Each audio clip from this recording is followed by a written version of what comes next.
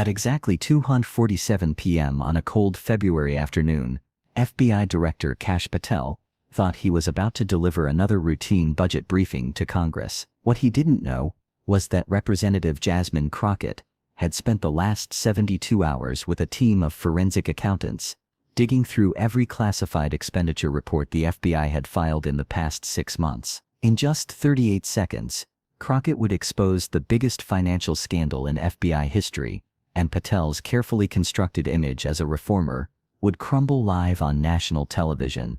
The mahogany-paneled hearing room buzzed with the usual congressional theater. Reporters shuffled papers, cameras adjusted angles, and staffers whispered into phones.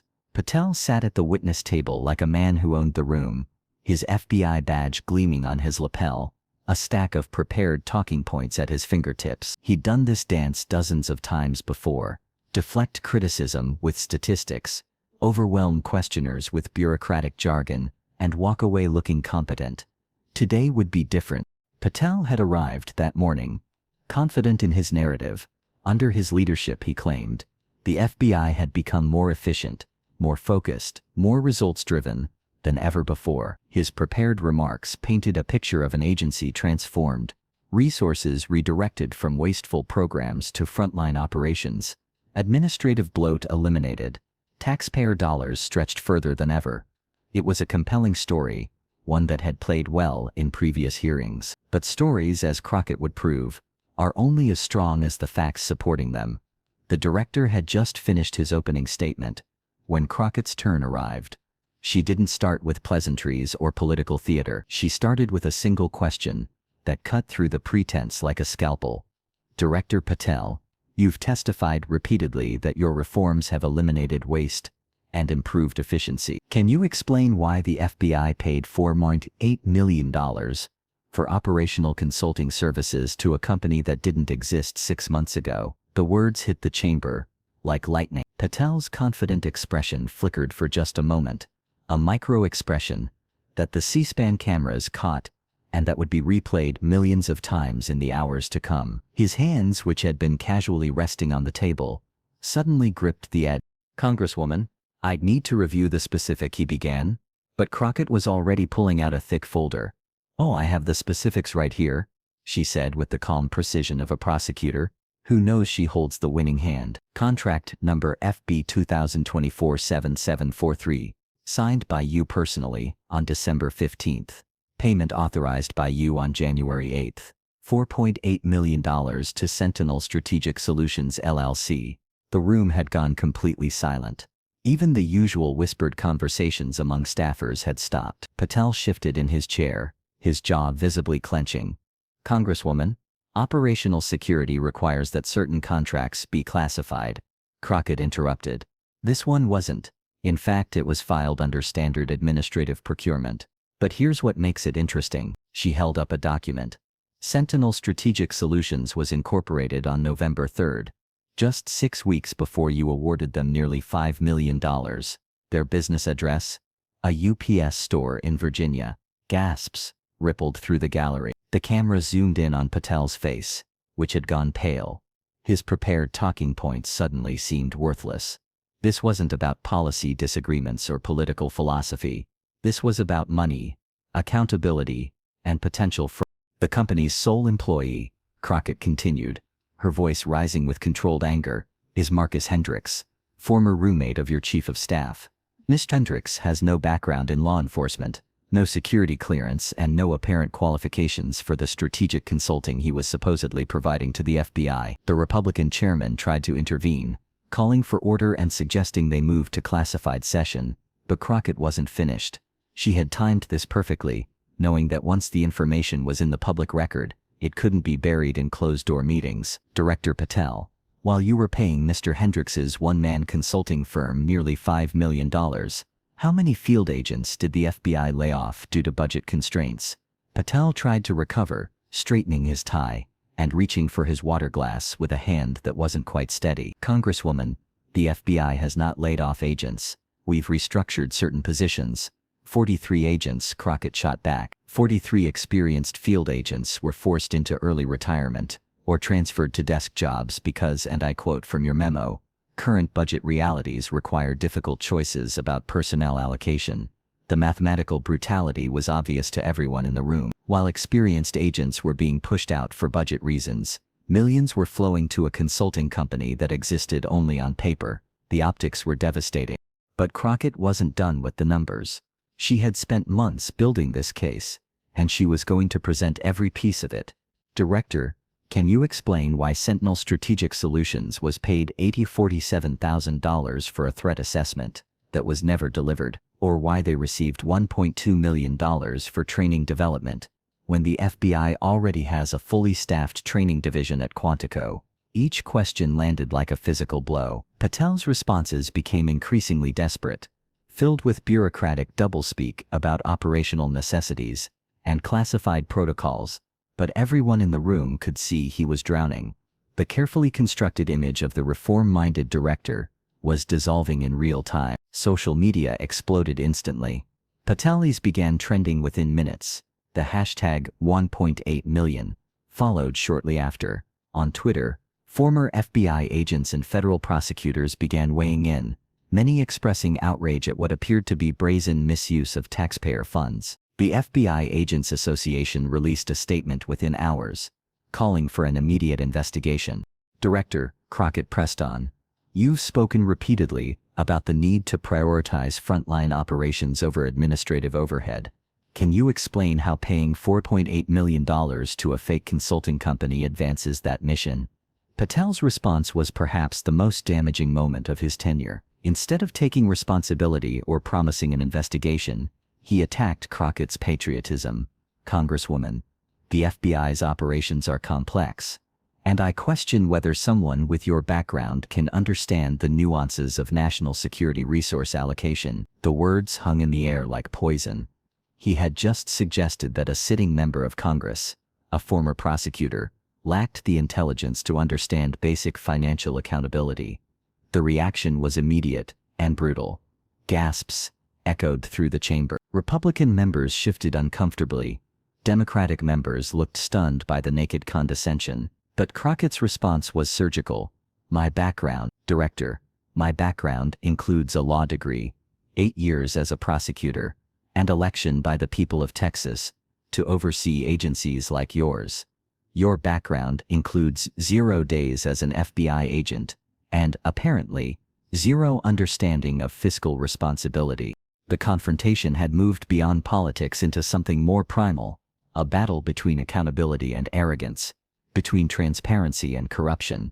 And with each exchange it became clearer which side was winning. Crockett then produced what she called her smoking gun: email exchanges between Patel's office and Sentinel Strategic Solutions that showed not just financial impropriety, but active deception. Director, in this email dated January 12th, your Chief of Staff writes, need to show some deliverables for the Sentinel contract.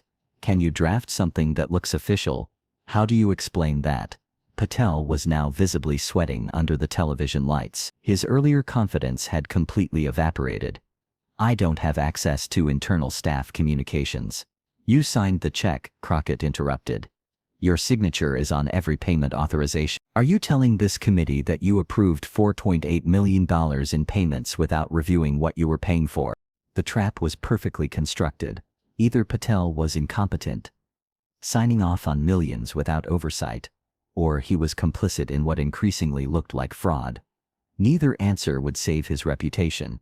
The hearing room had become a pressure cooker. C-SPAN's viewership spiked to levels usually reserved for presidential addresses.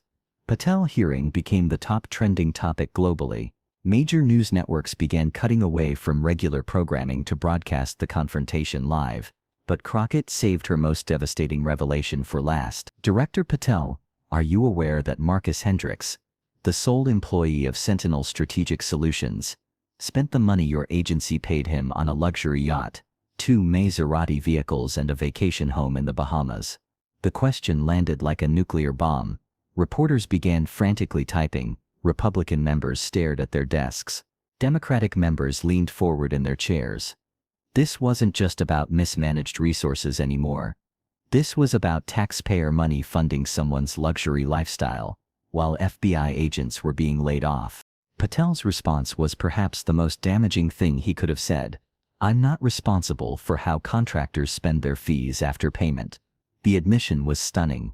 He had just acknowledged that the FBI had paid $4.8 million without any oversight of how the money was used. Even if the contract had been legitimate, which Crockett's evidence suggested it wasn't, the complete lack of accountability was a management failure of historic proportions. The political fallout was immediate and bipartisan. Within hours of the hearing ending, Republican senators who had defended Patel began calling for investigations. The Senate Judiciary Committee announced an emergency hearing. The FBI Agents Association demanded Patel's resignation. Federal prosecutors in 3 different jurisdictions opened preliminary inquiries. But perhaps most damaging was the reaction from within the FBI itself. By evening, reports began emerging of field agents expressing anger and embarrassment about their director's testimony. Morale, already low due to the layoffs and restructuring, plummeted further as agents realized their boss had prioritized a fraudulent contract over their jobs. The next morning brought more devastating revelations. Investigative reporters, energized by Crockett's document dump, discovered that Sentinel Strategic Solutions was just one of several suspicious contracts approved by Patel's office. A pattern emerged of payments to shell companies, many connected to friends or associates of senior FBI leadership. The total amount of questionable spending appeared to exceed $20 million. Patel held a press conference that afternoon, but instead of taking responsibility or announcing reforms, he doubled down on his denials and attacked his critics. "This is a witch hunt by partisan politicians who want to weaken the FBI," he declared. The statement only made things worse, as it echoed language associated with his controversial past and reinforced perceptions of his political motivations. By the end of the week, editorial boards across the country were calling for Patel's resignation. The Washington Post called him unfit for office. The Wall Street Journal described his leadership as a costly failure. Even traditionally conservative outlets questioned his judgment and integrity. The scandal had legs because it combined everything Americans hate about government: waste, fraud, cronyism, and a lack of accountability. 3 weeks after Crockett's devastating questioning, congressional investigators had uncovered a web of questionable contracts totaling more than $30 million. Justice Department prosecutors were building what appeared to be a strong case for fraud and conspiracy. FBI agents were openly discussing votes of no confidence, and approval ratings for the Bureau had plummeted to historic lows. But perhaps the most fitting end to the scandal came when Marcus Hendricks, facing federal charges and potential decades in prison, agreed to cooperate with investigators. In his plea agreement, he admitted that Sentinel Strategic Solutions had never provided any services to the FBI, and that the contracts were designed purely to funnel money to Patel's associates. The admission confirmed what Crockett had exposed in that hearing room, that American taxpayers had been defrauded by the very agency supposed to protect them from fraud. The hearings continued through the spring, each one revealing new details of mismanagement and corruption. Patel's supporters dwindled as evidence mounted. His early resignation seemed inevitable, but he clung to power even as his agency crumbled around him. The scandal's impact extended far beyond one man's career. It sparked a national conversation about accountability and federal law enforcement, the dangers of political appointments to critical positions, and the importance of congressional oversight. Reform legislation was introduced requiring detailed reporting of all FBI contracts over $100,000. The Inspector General's office was given enhanced powers to investigate financial irregularities. Most importantly, it demonstrated the value of having representatives like Jasmine Crockett, who were willing to do the hard work of oversight. Her investigation had taken months of careful preparation, document review, and follow-up. It wasn't grandstanding or political theater. It was exactly the kind of accountability the founders envisioned when they designed Congress as a check on executive power. The $4.8 million question, Crockett asked, that February afternoon, became more than just a gotcha moment. It became a symbol of everything wrong with an administration that prioritized loyalty over competence, politics over professionalism, and personal enrichment over public service. As the investigations continued, and the indictments were handed down, one thing became crystal clear. Jasmine Crockett had done more than expose a scandal. She had reminded America that democracy depends on representatives willing to ask hard questions and demand real answers, regardless of who's in power or what the political cost might be. The FBI director's $4.8 million lie had been exposed. But more importantly, the system of checks and balances that protects American democracy had been strengthened. 6 months after that devastating February hearing, Kash Patel sat in a federal courtroom wearing an orange jumpsuit instead of his FBI badge. The man who had once commanded the nation's premier law enforcement agency was now defendant number 1 in United States. Patel, facing charges of conspiracy, fraud, and misappropriation of federal funds. The irony wasn't lost on anyone. The FBI director brought down by the very crimes his agency was supposed to investigate. Jasmine Crockett, who had triggered this avalanche with her $4.8 million question, watched from the gallery as prosecutors presented evidence she had first uncovered. Her forensic accountant team had become key witnesses, their spreadsheets and banking records forming the backbone of the government's case. Marcus Hendricks had already pled guilty and was serving 5 years in federal prison. His luxury yacht and Maseratis seized and sold at auction to repay taxpayers. The trial revealed even more shocking details about the depths of corruption within Patel's FBI. Phone recordings played in court showed him bragging about his ability to redirect resources to friends, while keeping Congress happy with statistics. Text messages revealed a network of shell companies designed specifically to funnel bureau money to political allies and family members. One particularly damning recording captured Patel laughing about Crockett's questioning, calling her a nobody congresswoman who doesn't understand how the game is played. That recording, played on every major news network, became the final nail in his coffin. The jury deliberated for less than 4 hours before returning guilty verdicts on all counts. As the judge read each conviction, cameras captured Patel's face, no longer the confident director who had once dismissed congressional oversight, but a broken man facing decades in federal prison. The broader investigation that Crockett's work had sparked continued long after Patel's conviction. The Inspector General's report, released 8 months later, revealed that corruption in the Bureau had been systemic, not just limited to one man's greed. Dozens of contracts were canceled, millions of dollars recovered, and new oversight mechanisms implemented to prevent future abuse.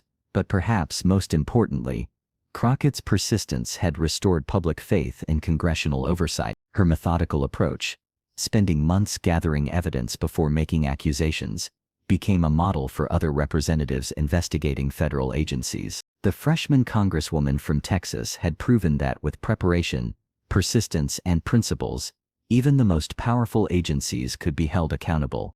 Sometimes the strongest weapon isn't a badge or a subpoena, it's a representative with receipts, asking the right questions at the right time. If accountability in government matters to you, if you believe taxpayer money shouldn't fund luxury lifestyles for cronies, then this story should matter too. Because without oversight, without representatives willing to dig deep and ask uncomfortable questions, scandals like this don't get exposed, they get covered up. Share this story. Make sure people know what happened when one woman with receipts took on a system built to hide the truth. Subscribe for more stories that hold power accountable, because democracy only works when we stay informed and stay engaged.